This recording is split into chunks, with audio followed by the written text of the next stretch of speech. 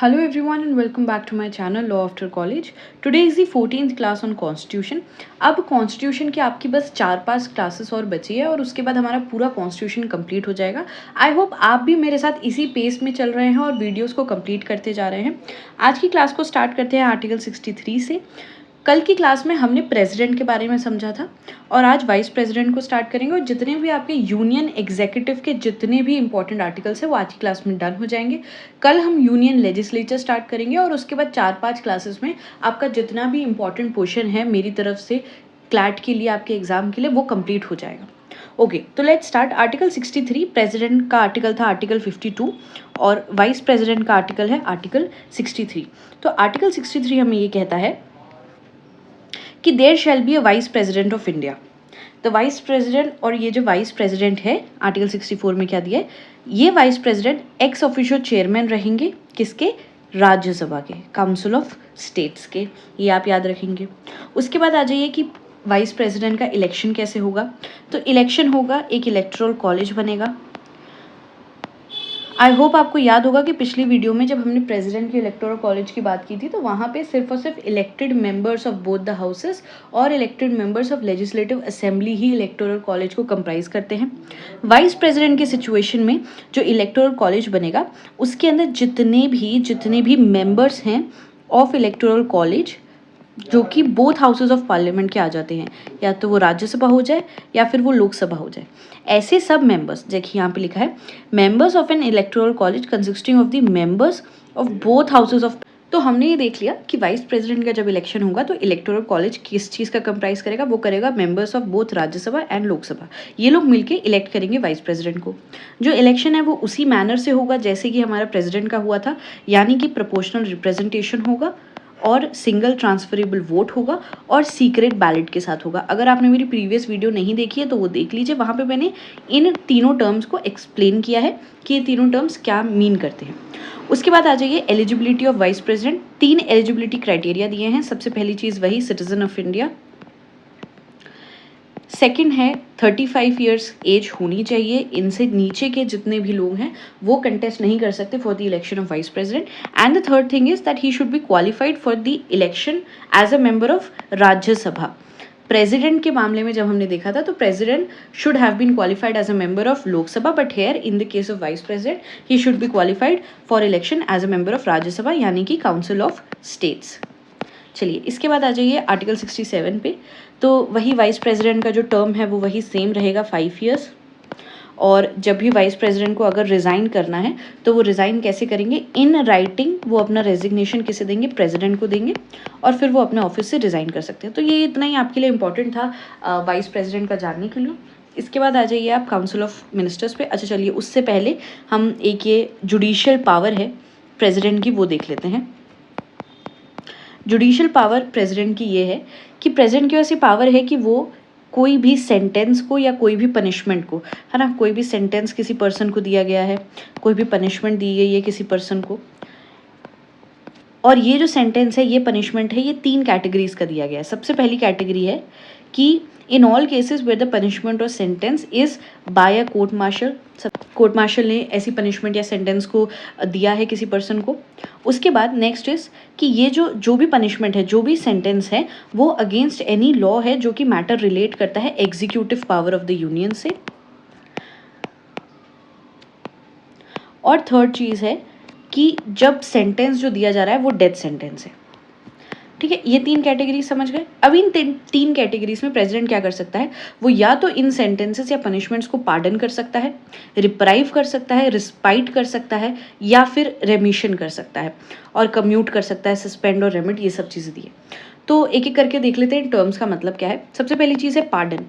Pardon का मतलब है माफ़ कर देना, कंप्लीटली एब्जॉल्व कर देना कन्विक्ट को, जो भी उसको सेंटेंस, पनिशमेंट, कोई भी चीज़ मिली है, डिस्क्वालीफाई किया उसे किसी चीज़ से, उन सब से उसे कंप्लीटली एब्जॉल्व कर देना, कंप्लीटली उसके सेंटेंस को, कन्विक्शन को रिमूव कर देना.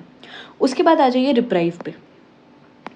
तो रिप्राइव का मतलब होता है कि आपने क्या किया, आपने कोई सेंटेंस दिया, अब उस सेंटेंस को एग्जीक्यूट करना है, जैसे कि मान लीजिए, और मेजरली ये डेथ सेंटेंस के केस में ही होता है, कोई सेंटेंस है उसको एग्जीक्यूट करना है तो उसके एग्जीक्यूशन पे स्टे लगा दिया जाएगा, एक टेम्परेरी स्टे लगा दिया जाएगा जिसका मतलब होता है रिप्राइव।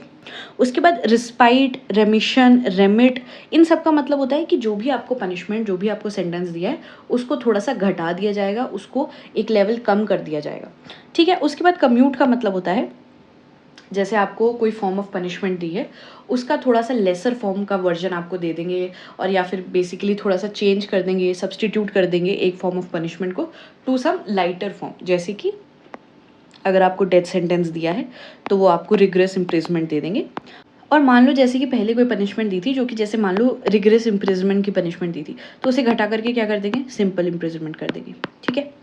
अब यहीं पे एक और चीज़ देख लो, क्योंकि जो स्टेट एग्जीक्यूटिव, स्टेट लेजिस्लेचर है वो कहीं ना कहीं पूरा मिलता जुलता है यूनियन एग्जीक्यूटिव और यूनियन लेजिस्लेचर के साथ, तो हम लोग स्टेट वाला जो पार्ट है उसके इतने डिटेल में नहीं जाएंगे। स्टेट वाला पार्ट आप बस कंपेयर करके पढ़ सकते हो, ये जो वीडियोस मैंने यूनियन की बना दी है, लेजिस्लेचर की भी कल एक वीडियो आ जाएगी, इन ये सब मोर देन सफिशिएंट है जिससे आप स्टेट भी समझ लोगे, ठीक है। लेकिन यहाँ पे गवर्नर की पावर देख लो, गवर्नर की यही पावर जो है पार्डन करने की, सस्पेंड करने की, ये पावर गवर्नर की आर्टिकल 161 में दी गई है।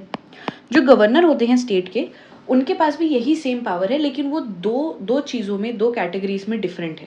सबसे पहली चीज़ तो ये कि गवर्नर की पावर कोर्ट मार्शल के जितने भी सेंटेंसेस या पनिशमेंट है उन पर अप्लाई नहीं होती है, तो कोर्ट मार्शल पर गवर्नर की पावर अप्लाई नहीं होगी। और सेकंड चीज़ ये है कि गवर्नर डेथ सेंटेंस पे पार्डन नहीं कर सकते, यहाँ पे क्या नहीं कर सकते, पार्डन नहीं कर सकते। तो ये दो चीज़ें हैं जो आपको, दो बातें हैं ध्यान रखनी है आपको, कि गवर्नर क्या नहीं कर सकता, कोई भी कोर्ट मार्शल ने कोई भी ऑर्डर दिया है तो वहाँ पे वो पार्डन नहीं कर सकते, ठीक है। और कोई भी डेथ सेंटेंस का ऑर्डर है तो वहाँ पे भी वो पार्डन नहीं कर सकते, ठीक है। और प्रेसिडेंट ये दोनों काम कर सकते हैं, ओके। अब आ जाइए काउंसिल ऑफ मिनिस्टर्स पे, आर्टिकल 74 पे। तो ये आर्टिकल ये कहता है कि जो काउंसिल ऑफ मिनिस्टर्स हैं, तो ये आर्टिकल कहता है कि जो काउंसिल ऑफ मिनिस्टर्स है उनका हेड कौन रहेगा, उनके हेड रहेंगे प्राइम मिनिस्टर। और जो प्राइम मिनिस्टर है और जो काउंसिल ऑफ मिनिस्टर्स मिलके जो बॉडी बनती है, ये क्या करेंगे, ये करेंगे एड एंड एडवाइस। किसको एड एंड एडवाइस करेंगे, they will aid and advice to the president, okay. उसके बाद 42nd कॉन्स्टिट्यूशनल अमेंडमेंट हुआ था और फिर ये टर्म ऐड किया गया था, ये जो लिखा है ना, act in accordance with such advice. यहाँ पे बेसिकली ये लाइन डाल के ये बात कह दी गई कि जो भी aid and advice council of ministers including president, including prime minister, जो भी एडवाइस प्रेसिडेंट को दी जा रही है वो प्रेसिडेंट पे कैसी है, किस नेचर की है, वो है बाइंडिंग नेचर की। उसके बाद प्रोवाइजो भी ऐड कर दिया, प्रोवाइजो ऐड किया गया 44th कॉन्स्टिट्यूशनल अमेंडमेंट में, 1978 में हुआ था। प्रोवाइजो में ये रहा प्रोवाइजो में ये कह दिया गया कि प्रेसिडेंट अगर चाहे तो वो रिकंसिडरेशन के लिए भेज सकते हैं इस एडवाइस को, ठीक है। रिकंसिडरेशन के लिए भेज सकते हैं इस एडवाइस को एक बार, कि आप रिकंसिडर किए जो भी आपने मेरे को एडवाइस दी। लेकिन उसके बाद क्या होगा, उसके बाद प्रेसिडेंट के ऊपर ये ऑब्लिगेशन है और ये बाइंडिंग है कि प्रेसिडेंट को जो एडवाइस दी गई है उसे मानना पड़ेगा। ऑलराइट, तो ये कहता है कि कोई भी एडवाइस, कोई भी चीज़ जो काउंसिल ऑफ मिनिस्टर्स ने प्रेसिडेंट को दी है वो क्या नहीं होगा, वो इंक्वायर नहीं होगी कोर्ट में उन पर इंक्वायरी नहीं होगी। उसके बाद आ जाइए आर्टिकल 75 पे। आर्टिकल 75 ये कहता है कि प्राइम मिनिस्टर को अपॉइंट कौन करेगा, प्रेसिडेंट अपॉइंट करेंगे, और जो भी अदर मिनिस्टर्स हैं उन्हें भी प्रेसिडेंट अपॉइंट करेंगे। लेकिन अदर मिनिस्टर्स को अपॉइंट करते टाइम प्राइम मिनिस्टर क्या कर सकते हैं, एडवाइस कर सकते हैं प्रेसिडेंट को कि किन मिनिस्टर्स को अपॉइंट करना है, किन को नहीं करना है, ओके। उसके बाद ये लिखा है the total number of ministers, ये आपको याद रखना है, एक कोटा है कि जितने भी टोटल नंबर ऑफ मिनिस्टर्स है, काउंसिल ऑफ मिनिस्टर्स की ये बात हो रही है, तो जो भी मिनिस्टर्स हैं प्लस प्राइम मिनिस्टर हैं, ये जो है ये 15% से ज़्यादा नहीं हो सकते of the total members of Lok Sabha. जो लोकसभा है उसके जितने भी मेंबर्स हैं उससे 15% ही काउंसिल ऑफ मिनिस्टर्स हो सकते हैं इंक्लूडिंग प्राइम मिनिस्टर। तो ये 15% को आप याद रखेंगे। उसके बाद मिनिस्टर्स जो हैं वो होल्ड करेंगे office during the pleasure of president. यहाँ पे क्या हो रहा है, यहाँ पे council of ministers individually responsible हो रहे हैं प्रेसिडेंट को। उसके बाद लिखा है council of ministers shall be collectively responsible to Lok Sabha, to house of people. तो इंडिविजुअली काउंसिल ऑफ मिनिस्टर्स किसको रिस्पॉन्सिबल है, प्रेसिडेंट को, ये क्वेश्चन आ जाता है, ये याद रखेंगे।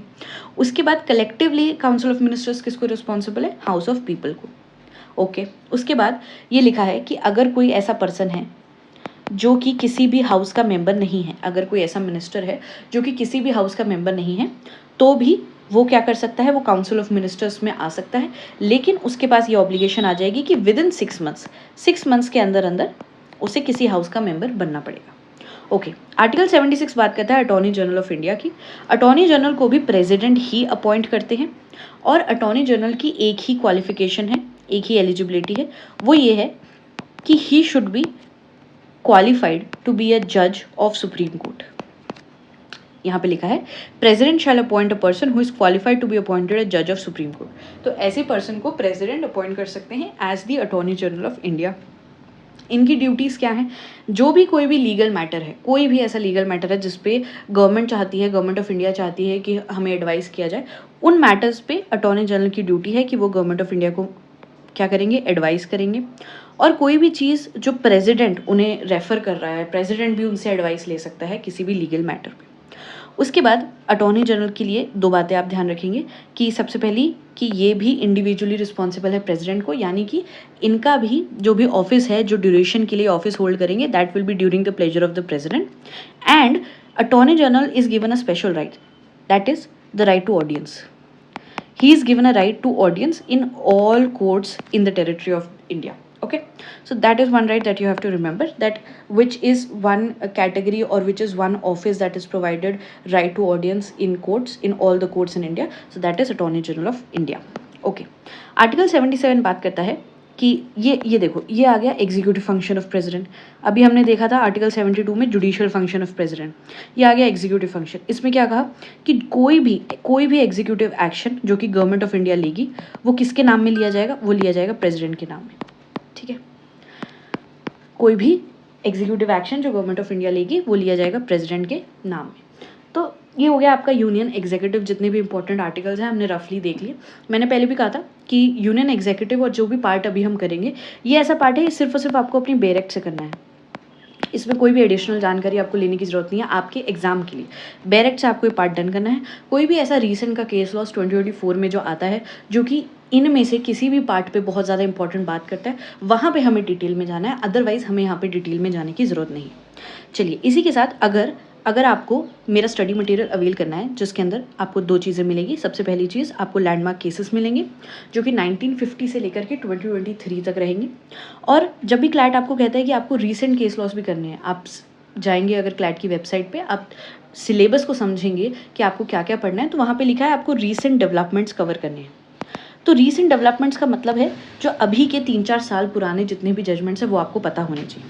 तो अगर आप मेरा स्टडी मटेरियल लेते हैं, आपको सारे इंपॉर्टेंट लैंडमार्क केसेस मिल जाएंगे, आपको रीसेंट के इंपॉर्टेंट केसेस मिल जाएंगे 2020 से लेकर 2023 तक। अगर आपको ये चाहिए, आप मुझे इस नंबर पर व्हाट्सअप कर सकते हैं। इस नंबर की व्हाट्सअप लिंक डिस्क्रिप्शन बॉक्स में भी दी है।